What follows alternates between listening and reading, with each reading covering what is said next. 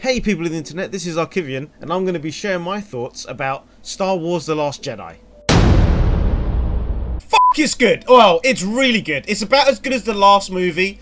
No stupid Death Star. So that's good. It's a whole different thing. And you guys should definitely go watch it. I hope you enjoy the film. So I'm not going to go into absolutely everything for the movie. I'm just going to go into the bits that kind of stuck with me afterwards and just talk about those for a bit. So right at the start, the rebels are evacuating a planet right as the First Order turn up with this massive fleet and this sort of super huge destroyer. And they're like, oh dear, we've caught them in the middle of evacuation. And then they're about to attack the rebel fleet that are leaving. And then you just see one lone ship flying up from the planet. Now, I've played X-Wing versus TIE Fighter. If you try going on your own in an X-Wing towards a destroyer, they just shoot you from miles away. But in this case, the general, you know, the red-haired dude that's like super Hitler, and he's all like, oh, let's message that one ship because we're going to win anyway. And so posing the X-Wing, and he's all like, I don't know who this is. I want to speak to Space Hitler. Is he there? I'm on hold for Space Hitler. And it just keeps going and going. And that was actually pretty funny, the way they did that. I swear there was a joke like that in the Orville quite recently. Either way, it worked. I thought it was quite good. But then you actually have Poe versus the Super Giant Mega Destroyer. And I'm not sure about that one. Poe turns on some Super Booster, which is fine, and gets really close into the Super Destroyer thing, which is also fine. The idea, he gets speed so the guns can't lock him before he does the thing. I would imagine they had already locked him, but okay, we'll just give it that one. And then he starts flying around on his own, taking on the whole destroyer, taking out all of its turrets. Now all I thought was the only way he could possibly be allowed to do that without being some kind of force pilot is if those turrets are only designed for attacking really big things, and so they can't track him. Which is fine, and that's the excuse they give. So I was like, oh great. But why didn't they have turrets to attack small things? But either way, they release some fighters and they have a bit of a battle. And then working with the rest of the rebels who then join the battle, they destroy this Super Star Destroyer. Now, this is another bit. They bring in this bombing squadron, and these are the most vulnerable ships I have ever seen in Star Wars. They basically move at a snail's pace. They've all these bombs on board, like a big giant powder keg, all in a big group. So when one of them goes, they take out the rest of them. And that's what happens. You're like, well, that's really more down to bad piloting strategy, really. I mean, otherwise his plan would have been fine. It would have been fine. But basically, they lose a lot of people. And at that point, it then turns into Battlestar Galactica, the Star Wars version, where everybody escapes, goes off into warp, there's hardly any of them left, and then they arrive at the next place. The First Order arrive right after them, and they're all like, oh no, we're being tracked through hyperspace. And basically, it is the plot, not pilot episode, but the first episode of the Battlestar Galactica series. Only they just sort of stay in that one episode for the whole movie, which is fine, it's a good plot, but I'm just like, I've definitely seen this before.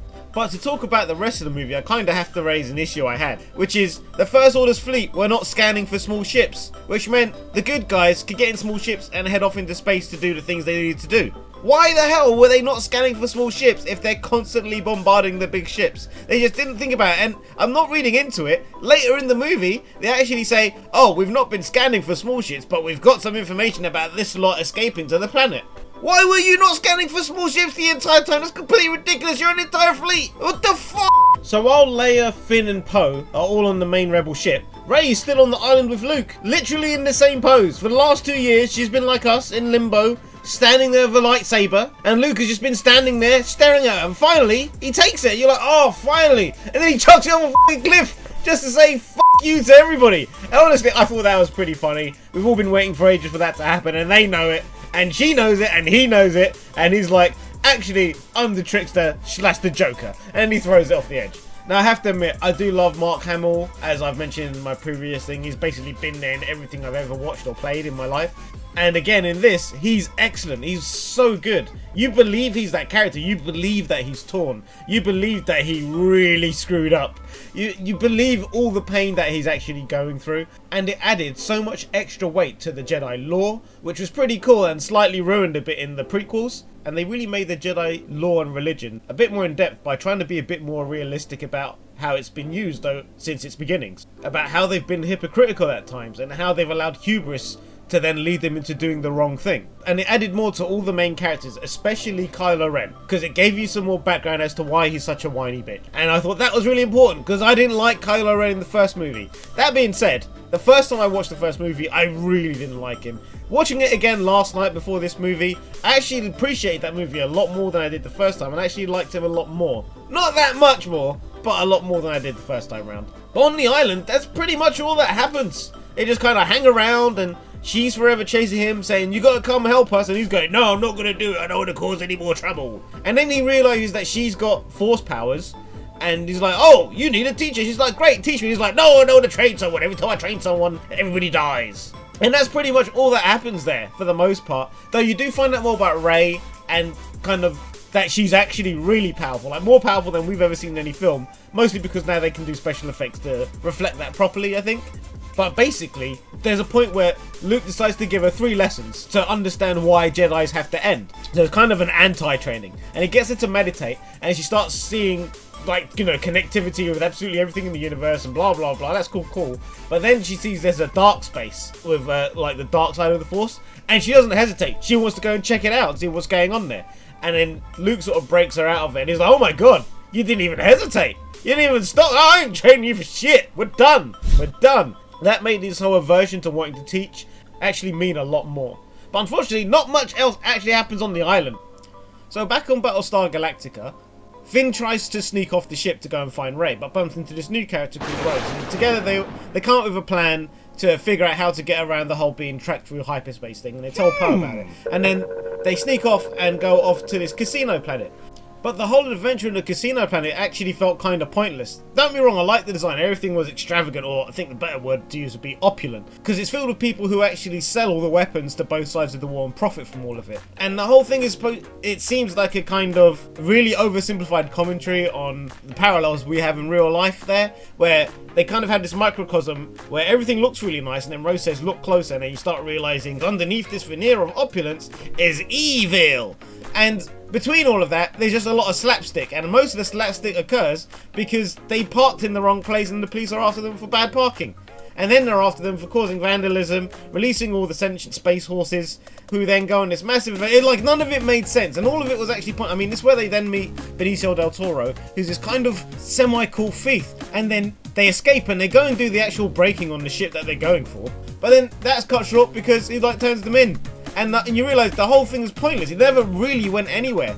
The only thing it actually added to the film, I felt, was, okay, we know there are people that are profiting off this war, regardless of which sides are fighting. Okay, that's good to know that that happens in that universe. And the other thing is a building of Rose's character, which is great. I mean, I liked every scene that she was in. I just felt they could have done a whole different section that could have been better for the film. So I felt that was a bit too much of a sidetrack, and it went on for way too long. One of the other things I was looking forward to was Finn versus Captain Phasma. I was looking forward to it, and they built it up, and they were about to be executed, and they were like really butthurt because Benicio del Toro had lied to them and turned them in. You're like, oh, what's gonna happen? How are they gonna get out of this one? And then a magical explosion happens just at the right time to free them. You're like, okay, fair enough, that's Star Wars. That's what happens throughout all of Star Wars. The Force intercedes at the last second. At least that's the only reason I can think of, other than the writers just trying to make things over dramatic.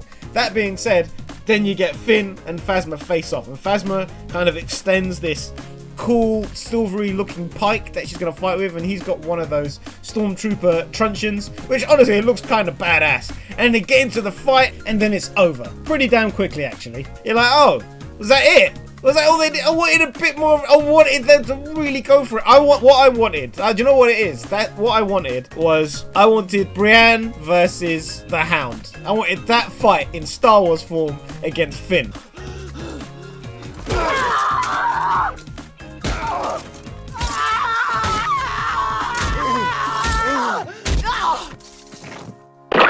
But it wasn't. It was pretty quick and then over before you were ready. So then we got Snoke versus Rey versus Kylo Ren versus the Red Guard. That sounds like a bit of a clusterfuck because it kind of is, but it kind of works for the movie. It doesn't get confusing or anything like that. But first I want to say about Snoke, he's not that good an Emperor, to be honest. He just wasn't really that interesting. His face was awesomely fucked up though. I mean, he looked ugly. I mean, like, no wonder he's pissed off all the fucking time. But he just wasn't that interesting. I mean, he was really powerful. I mean, the way he just sort of threw Rey around the room like a ragdoll, you're like, wow, okay, how are they going to fight him? That's pretty amazing. And he kind of reveals that it wasn't the Force connecting Kylo Ren and Rey together for them to have their heart-to-hearts and character-building moments. It was actually him manipulating both of them. And you're like, okay, fair enough. That was a bit too much for if it was the Force just choosing to do that. I'm kind of glad it was him trying to be manipulative. But you're like, wow, it's pretty powerful. But at the end of the day, it didn't actually make him any more interesting. What was pretty cool was how he died. It was mostly cool, but I have some mixed feelings about it. At the start of the scene, Snoke gets hold of Rey's lightsaber, and then later in the scene, Snoke is holding Rey there with his force powers, and he tells Kylo Ren to execute her. And then Kylo Ren is sort of having his will I won't I moment, will he do it, won't I? And you know he won't do it, but you're trying to figure out how they're gonna get around it. And Kylo Ren does a really smart thing, which is he feigns going to execute her, but he actually turns on the lightsaber that's on the chair next to Snoke, which then slices Snoke in two. That was really cool. The actual action was really cool. What I didn't like about that same part was Snoke was monologuing the entire time, describing everything that was going on, and that went on for too long. I get the irony of that, there's double meaning to it, blah blah blah, but it just went on for ages. You're like, I get it, I get it, just do it, just fucking do it. And that just took away from the scene for me. If he didn't monologue over it, or the monologue was a lot shorter, and they'd done it a bit more as catching you by surprise, that would have been much better. I think that would have impacted a lot more. But either way, I think that was a good way of beating somebody so powerful. They effectively tricked him. And I think that's kind of what they had to do, because the power he was showing, I don't know how they would have actually beat him, to be honest. Okay, and a few major points that I just didn't see coming, even though my friend that I went with totally saw some of this coming. But I totally didn't see it coming, so I thought these bits were totally awesome. So one of these bits is when the bridge explodes with Princess Leia on board and she gets sucked out into space. And I was like, holy balls!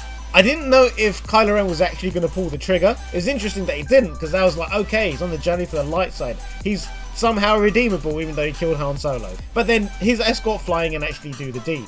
And it was actually really hard to watch, because as you know, Carrie Fisher passed away in real life. As far as I know, this was her last performance. And it's really, really good. And I felt like it really done justice to her career throughout the Star Wars franchise, at least for me. And so it made it a little awkward, a little hard to watch, but not in a bad way. And then the camera just lingers on her while she's freezing in space and turns it from awkward but not bad to awkward, you know? And then she opens her eyes and she uses her force powers to get back to the ship. You're like, wow, she is powerful. I did not know that she would be able to do that. I'm okay with it, you know, force powers, blah, blah, blah. She just doesn't use them that often. It did actually have me on the edge of my seat. I was waiting to find out what was going on. And then the camera gives you a little tell by waiting so long. But it did actually have me on the edge of my seat, because I just didn't expect her to come back. I thought that would have been it for her in the movie. So that really was a good scene for me. And another bit is that moment when Luke slips to the dark side for 1 second in the flashback, because he feels like he needs to kill Kylo Ren. Then he stops himself, but he stops himself a second too late, because Kylo Ren's seen him about to kill him, and it sets this massive chain reaction off. But the guilt he must feel for that, because the next thing he knew, everybody he was training was dead, because for 1 second he slipped to the dark side. I mean, he wasn't on the light side for that moment, that's for sure. And the other moment that I was on the edge of my seat for was the whole, will Kylo Ren take the seat? For some reason, I did not see that coming. I had it in my head. They were going to team up, you know, and usher in a new version of Jedi Knights. Or maybe she'll work with the Sith for a bit, learn some stuff, and then she'll usher in a new version of Jedi. So the old Jedi would die and the old Sith would die, and it'd be a new version of it. That's what I thought was going to happen. But I thought they would likely end up working together after the whole shebang. But then I didn't realise, yeah, the guy, Snoke is dead.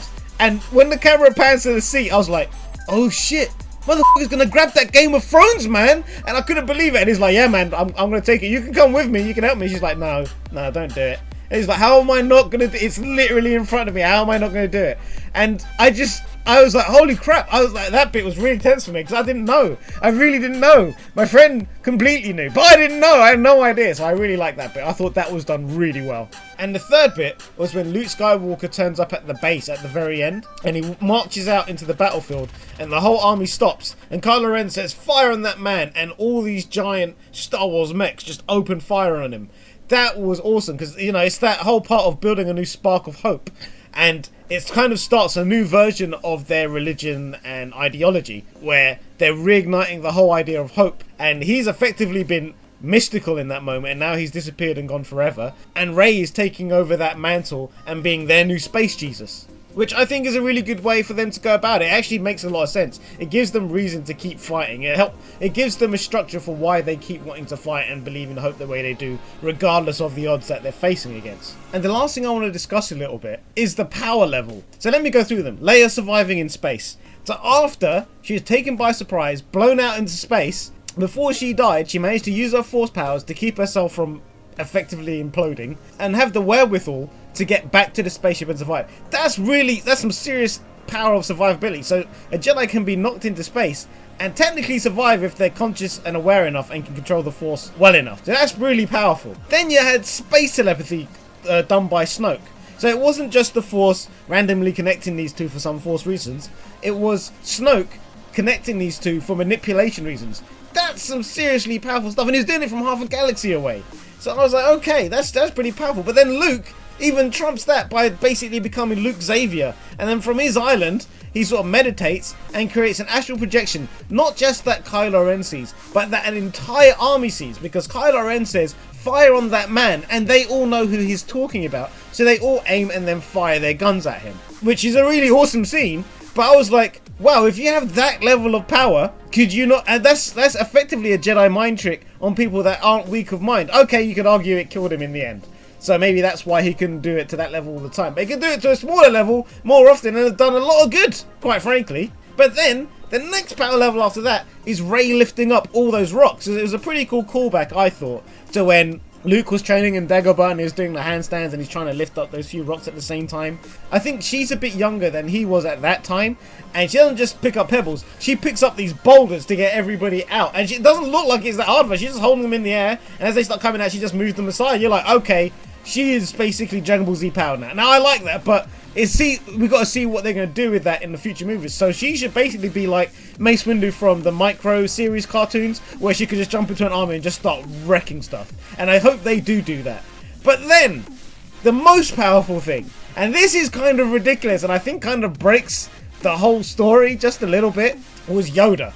Yoda coming back, we've seen that before. Basically he's a ghost or space hologram or whatever, you know, and he can actually converse and give advice and so on and so on. All stand there whilst you all celebrate and just sort of smile and talk to his other ghost friends, and that's brilliant. But he doesn't simply do that. What he actually does is he calls down lightning from the sky to set fire to the Jedi religion tree, which I just thought, wait a minute, if after you die you become more powerful than you could ever imagine, why haven't you been helping out this entire time, shooting lightning onto like scores of enemy troops and stuff like that? That would have helped so much. But now they're down to like 40 people. You haven't helped this entire bloody time. That's insane. That's an insane amount of power. After you die, you can still fight, and you're intangible, and you control the weather. Bloody hell. But I have to admit, there is one of the coolest bits of the movie, which is the Lightspeed Ram. The general lady who takes over from Princess Leia, whose name I don't remember, to be quite honest. She sort of sees the bigger picture, and it's quite good how they do that, because it teaches Poe how to then see the bigger picture later on. And she does go out in just such a boss way. She's in the main ship, she's the only one left on the ship, she sets it to light speed and aims it for the entire fleet, the entire First Order fleet, and then presses the button and just rips the fleet in two. But then you're like, why don't they do that more often? I mean, they don't have to do it with a ship that big, don't get me wrong, that was awesome. But why wouldn't they do it with like X-Wings or commandeered smaller craft and just set an autopilot and just send them to light speed off into fleets and just wipe out entire fleets or sections of fleets? That would be pretty awesome. That would be more useful than those shitty bombers they had at the start of the movie. So overall, I really like this movie. If I had to give it a rating out of 10, I would give it an 8 out of 10, which is what I would give the last movie as well. And the main reason for that in this movie, though, is because the whole adventure to the casino planet was actually kind of pointless, other than for some character development for Rose, and I think they could have done that better in a whole other way. But I think it's definitely worth going to watch. I might go and see it again, to be honest. It is very good. It has the feels, it has bits that makes you wonder which way they're going to go. It has choices, and you wonder which way they're going to go, because it actually matters in the story that's going on. Anyway, guys, that's my spoiler section. There's more I wanted to talk about, but otherwise the video is getting already way too long. But let me know what you think. Let me know if there's anything I missed. And thanks for watching, and I'll catch you guys next time.